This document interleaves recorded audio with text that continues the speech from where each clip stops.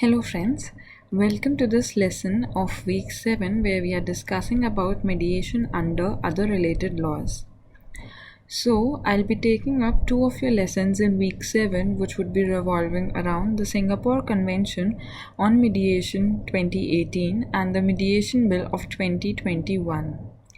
So today we are here to discuss about the Singapore Convention on Mediation of 2018.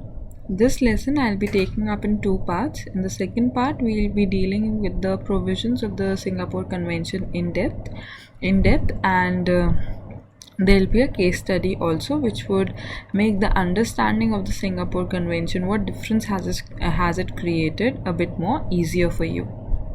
So let's start with the first part of the Singapore Convention on Mediation 2018. To begin with, I would like to start by telling you what Mr. George Lim, the chairman of the Singapore International Mediation Center, said in an interview. He said, and I quote, "Once enforcement becomes possible under an international convention, the mediation will gain better traction with businesses." So with this, let me take you through some basic factors of the Singapore Convention on Mediation 2018. So the first amongst them is, what is the formal name of the Singapore Convention on Mediation?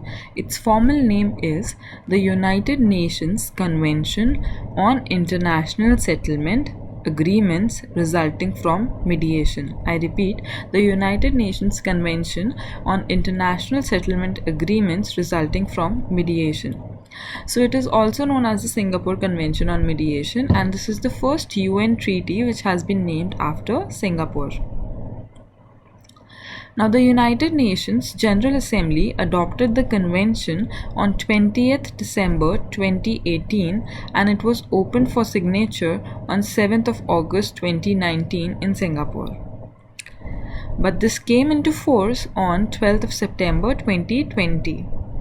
So at the time of signing the convention, there were 46 countries who signed the convention.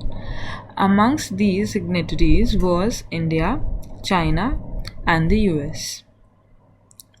So what is the basic aim of the Singapore Convention of the Mediation? That it provides for a more effective way of enforcing the mediated settlements of corporate disputes involving businesses in India and other signatories. So before you have a picture of the signing ceremony of the Singapore Convention, which took place on 7th of August 2019. The other things that you need to know about the Singapore Convention would be that Singapore has worked with the United Nations Commission on Trade Law and other UN member states and non-governmental organizations for this convention. And as per the reports of SIDRA, that is the Singapore International Dispute Resolution Academy, as on 15th May 2023, we have 55 signatories to the convention, and amongst which there are 8 who are parties to this convention. So when we talk about the Singapore Convention, it is very essential for us to know the need of the Singapore Convention. What was the need? Why was it brought in the first place? So first is, earlier there was no international legal treaty for the direct transnational enforcement of mediated settlements. So considering the increasing global economy where nations are dependent in terms of trade, finance and security, this posed a problem. So as we all know that in the current times, the countries are dependent on each other for trade, finance and security. And earlier, as we know, that there was no international convention or treaty which governed the enforcement of these mediated settlements. So with the coming of this convention, the enforcement mechanism for transnational disputes which have been settled by mediation can be enforced easily. Next is the need for the convention was realized in several surveys, included the one undertaken by the International Mediation Institute in 2014 and also in 2016-17 as a part of Global Pound Conference. So, the need of the convention was realized in several surveys which talked about the enforcement of of transnational disputes which have been settled through mediation. So, amongst these were the conferences, were various surveys which were carried on by the International Mediation Institute (IMI) in 2014, and one of the most important conference, that is the GPC conference, the Global Pound Conference, which talked about it. So in this conference, there were participants from a variety of backgrounds, and there were business leaders and various corporate councils who also presented their views about the doubts of the enforcement of mediation settlement in international dispute. So the conference which we have talked about, the Global Pound Conference, in this there were representatives from various businesses, there were business leaders and corporate councils, and they talked about their doubts about the enforcement of the mediation settlements of international disputes. So in response to this, the UNICETRAL, they set up a working committee which took charge of working for the convention. So the Singapore Convention is believed to deliver the same promise which its counterpart, the New York Convention, has promised to deliver. The New York Convention on the recognition of and enforcement of foreign arbitral awards, 1958. So the same way the New York Convention of 1958 works towards the recognition and enforcement of foreign arbitral awards, similarly the Singapore Convention works towards the recognition and enforcement of mediated settlements of international disputes. What is the significance of the Singapore Convention? So amongst them, the first one is the convention has been designed to become an essential instrument in the facilitation of international trade and in promotion of mediation as an alternative and effective method of resolving trade disputes. So when countries enter into trade agreements, there is a tendency of having disputes amongst them. So the mediation is a very important tool for the resolution of disputes, as we have talked about in our previous lessons. So with the coming of the Singapore Convention, it has facilitated the international trade, because now even internationally the country knows that even if there is a dispute, it can be settled by way of mediation and there won't be any problem or hassle in terms of enforcement of the award, in terms of enforcement of the settlement which has arrived at the conclusion of the mediation proceedings. And at the same time, it promotes mediation because these disputes are settled by means of mediation. Next is, it will ensure that a settlement reached by the parties becomes binding and enforceable in accordance with a simplified and streamlined procedure.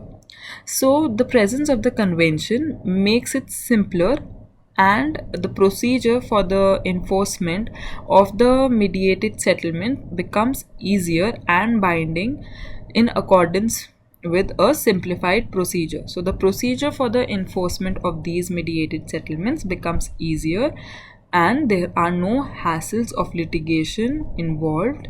That is, otherwise the countries would have to engage in a litigation procedure in the country in which the dispute arises. So here the enforcement mechanism becomes easier and the procedure is very streamlined and simple. Next is, businesses seeking enforcement of a mediated settlement agreement across the borders can do so by applying directly to the courts of the country that have signed and ratified the treaty, instead of having to enforce the settlement agreement as a contract in accordance with each country's domestic process. So, the presence of the Singapore Convention has made the enforcement of the mediated settlements easier. Now, the countries can directly approach the court where they want to get the mediation settlement enforced, and they can and if that country has ratified to the convention, it becomes easier, and the court will directly order for the enforcement of the mediated settlement rather than going into the tedious process of filing a litigation into that country as well and then getting the settlement enforced. Next is the harmonized and simplified enforcement framework will save time and legal costs, which are of crucial importance in uncertain times posed by pandemics like COVID-19. So, as we all know, that COVID-19 made it very difficult for the world in terms of trade and commerce. So, with the presence of the Singapore Convention, it has helped in facilitation of international trade, and it has helped us in saving a lot of time and legal cost, which would have otherwise arisen if we would have taken the lengthy procedure of filing a court case in that country. Next is businesses in India and around the world will now have greater certainty in resolving cross-border disputes through mediation, as it provides a more effective means of mediated outcomes to be enforced. So now, even with the presence of the convention, if there's a cross-border dispute which has arisen, so the possibility of referring it to mediation becomes more, and since the enforcement mechanism has been made easy, so people will now try to resort more to taking up mediation as a mode of settling their disputes. So before you can see that the three goals of the Singapore Convention on Mediation are basically: one, to establish expedited enforcement regime, that is, the time and legal cost are saved, and the enforcement mechanism is expedited, that is, the time is reduced and it's in a quick manner.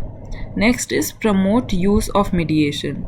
So with the enforcement mechanism becoming easy for cross-border dispute, with the help of the enforcement of mediated settlements becoming easy, the promotion of mediation is a direct implication of the same. Third is facilitate international trade.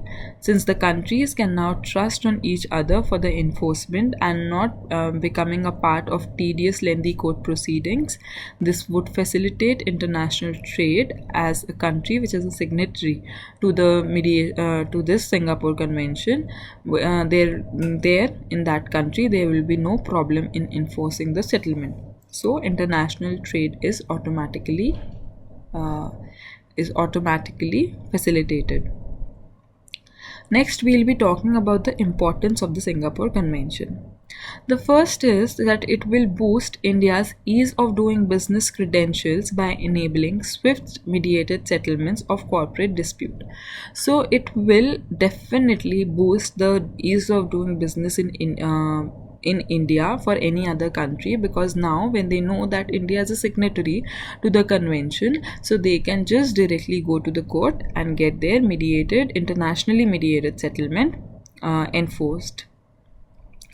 Next is it will also increase the confidence of the investors and shall provide a positive signal to foreign investors about India's commitment to adhere to international practice on alternate dispute resolution. So when the investors and particularly the foreign investors, they will see India's commitment to adhere to any alternate dispute resolution mechanism to be adopted by India, that is, any foreign investor sees the willingness of India to adhere to these practices, they will automatically have certain confidence on having business agreements in India. So this will bring in a lot of business as well. Next is, it corresponds to the growing demand from a body of users who rely on mediation as an enforcement mechanism that is applicable to settlement agreements in case of cross-border dispute. So now mediation has been recognized in every country, and countries other than India have also rapidly started imposing their trust on mediation. So when these people, they have imposed their trust on mediation, so even when in this case, even when India would be a signatory, so it would correspond to the growing demand of using mediation as an important tool for resolution of their disputes. Next is, technically, it is an international convention that aims to help businesses resolve their cross-border disputes and further facilitate international trade.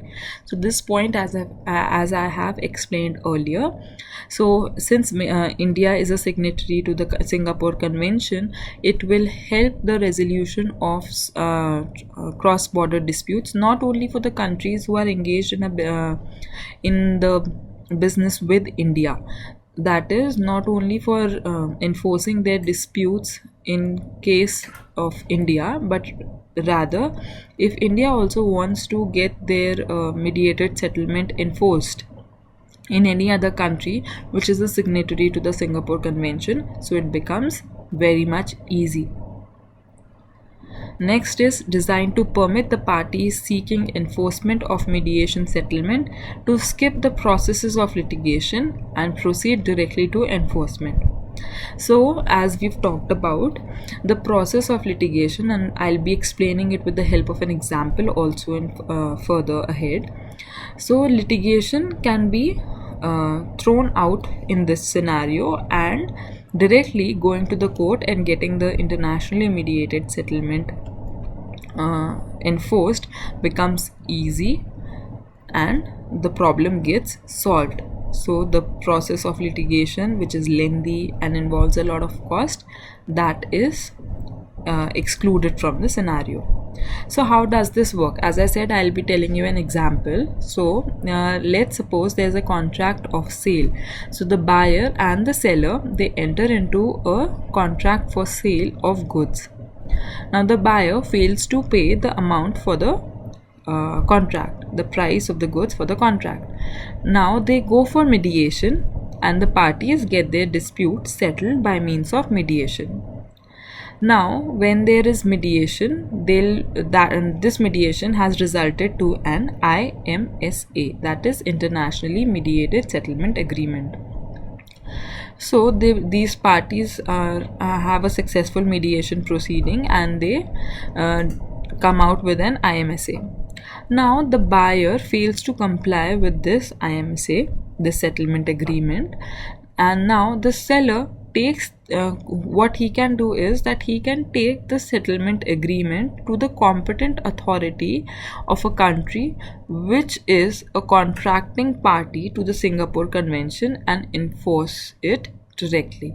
So now what the buyer can, if the buyer fails to comply, the seller can directly go to the buyer's country of where the business of the buyer is going on, to that country he can go, and he can directly go to that court and get the mediated settlement enforced directly without entering into a litigation procedure if the buyer is also a signatory to the Singapore Convention. Applicability.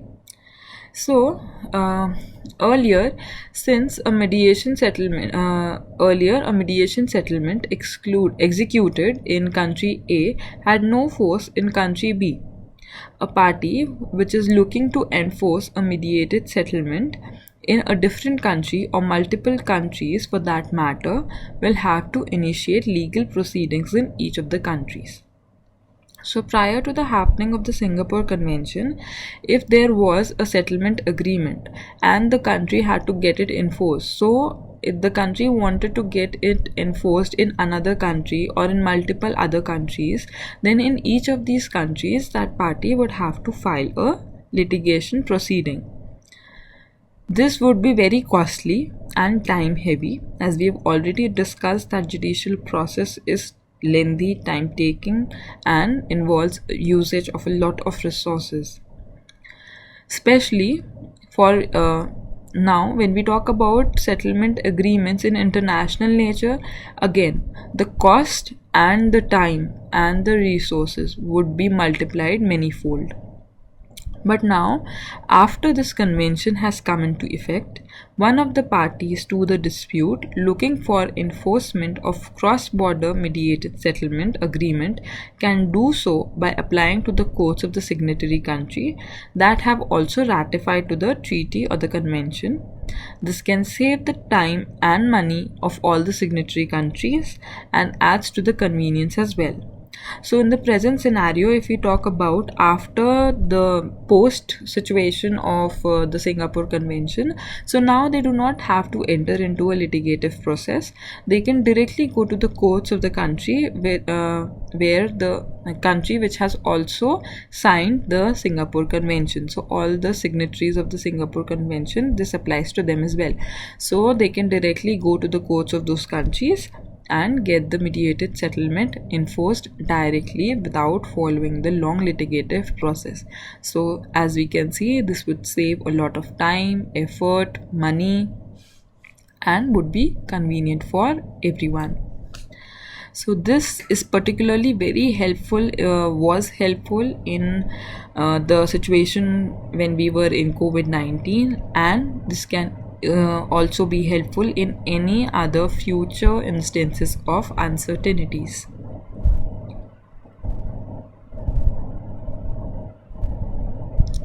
Also, when we talk about the Singapore Convention, so unlike the New York Convention, which requires the nationality requirement, here it does not require that the party who is seeking the enforcement should be from the state who are the parties to the convention. So it does not require the party who is seeking the enforcement to be a party to the Singapore Convention or to be a signatory to the Singapore Convention.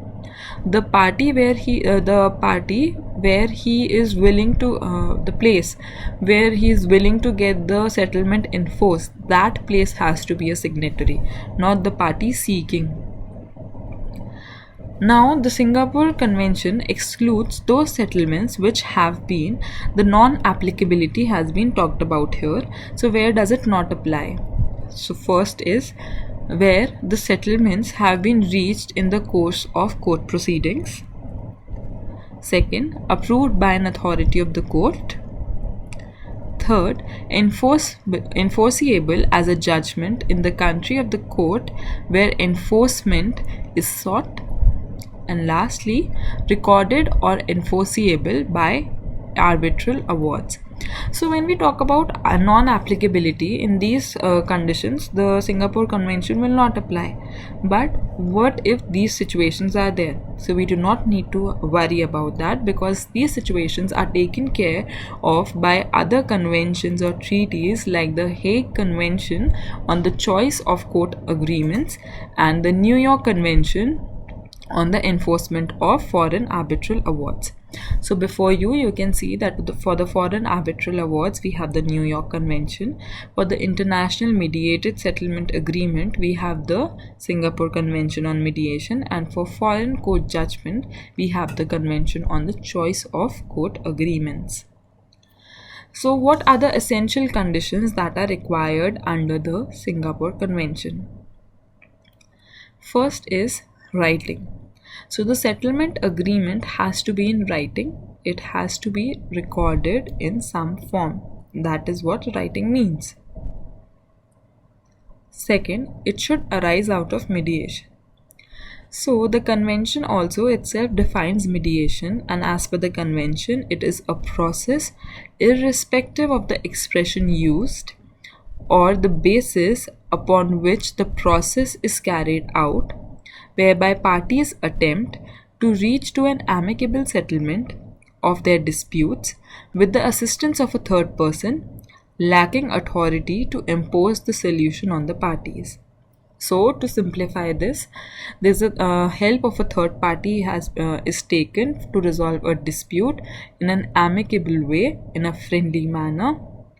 Assistance of this third party is taken. This person would be a mediator, but he does not have the authority to impose the solution on the parties. That is, the control on the decision making process is not on the mediator. He cannot impose the solution on the parties. Next is nature of dispute. So the nature of the dispute in case of Singapore Convention should be of commercial nature. The dispute should be a commercial dispute. Now what is a commercial dispute? This was talked about by the court in the case of M Investment and Trading Company versus Boeing Company.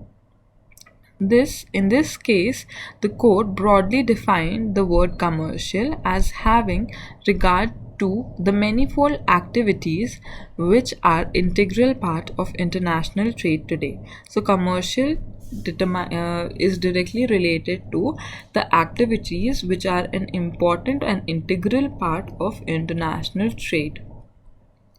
Next is, further, the settlement cannot relate to: first, transactions engaged in by one parties for personal, family or household purposes. Second, family, inheritance or employment law. So as we have talked about that in the Singapore Convention, the dispute has to be of commercial nature. So if any dispute is there for any personal, family or household purposes, that would not be entertained. And if it relates to family, inheritance or employment law, again it will not stand in the Singapore Convention. So before you have the pictorial representation of what I just explained about which commercial disputes are fall under the ambit of the Singapore Convention and which of them are excluded. Now continuing with the other essential conditions, then comes the nature of the agreement. So the settlement agreement must be international, that is, at least two parties to the settlement agreement have their places of business in different states. So the places of business should be in different states. International. The nature of the agreement has to be international. That is, two different nations. Then the state in which the parties have their places of business is different to the state in which the substantial part of the obligation under the mediation settlement is performed, or the state which is the subject matter of the settlement agreement is most closely connected. So the substantial part of the obligation of the mediation settlement should be in a different place of business. And similarly, the state which has to which the major portion of the mediated settlement is related to, that should be different. Next, when we talk about the essential conditions, there is the non-applicability provision as well. So about non-applicability, we have already discussed that they should the convention does not apply to agreements of certain types. These settlements would include the ones which are approved by a court or which have been concluded by the court in a proceedings. So we have already discussed this. Now we'll be moving to the second part of the Singapore Convention in the next class. I hope you enjoyed this class.